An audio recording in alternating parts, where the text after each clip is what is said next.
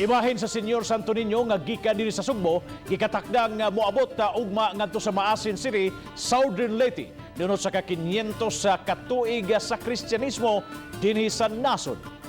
Manukad gikan dito sa Leyte Province, adunay live report si Nico Sirino. Nico?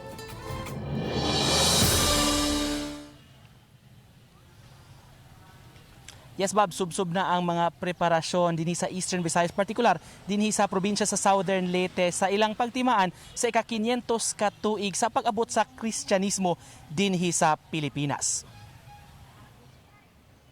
Subsob na ang preparasyon dinhi sa Immaculate Conception Parish sa lungsod sa Hilongos, Leyte. Ugmang adlaw himuon ang usa ka kalihukan subay sa quincentennial celebrations o ika-500 ka tuig sa pag-abot sa Kristyanismo dinhi sa nasod. Sugaton sa parokya ang pilgrim image ni Senyor Santo Niño de Cebu gikan mismo sa Basilika. Ihatod kini sa mga paring Agustino.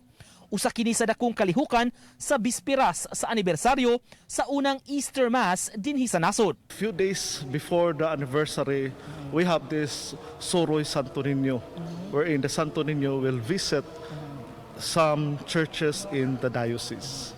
Gikan sa simbahan sa Hilongos, Leyte, imotorkada ang imahen paingon sa Maasin City sa Southern Leyte. Are only the authorities, the PNP and the Coast Guard, some government officials. So the devotees will just stay at the church. Ang imahen sa senyor dadun usab karong Miyerkules sa buntag sa isla sa Limasawa sa Southern Leyte. Sa maong adlaw petsa 31 sa Ulugon ang ika-500 nga anibersaryo sa unang Easter Mass nga nahitabo dinhi sa Pilipinas nga gipanguluhan ni Padre Pedro de Valderrama. May laing kutay nga kalihukan sab nga sa Ulugon sa Maasin Cathedral subay niining maong kalihukan. Gikonsidera sa Diocese sa Maasin nga dakong gasa sa pagtuo sa mga Pilipino ang dapit kundiin gisaulog ang unang misa.